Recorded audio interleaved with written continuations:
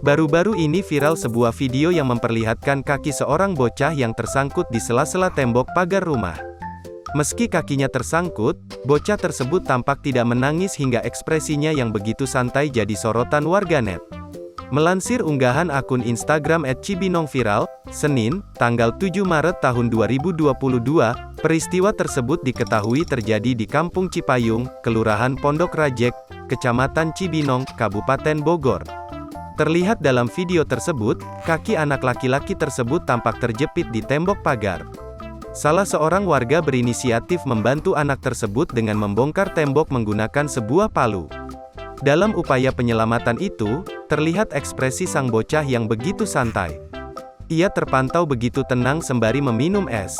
Bocah tersebut juga tampak cuek, dengan tetap menyandarkan tangan di atas tembok pagar tersebut.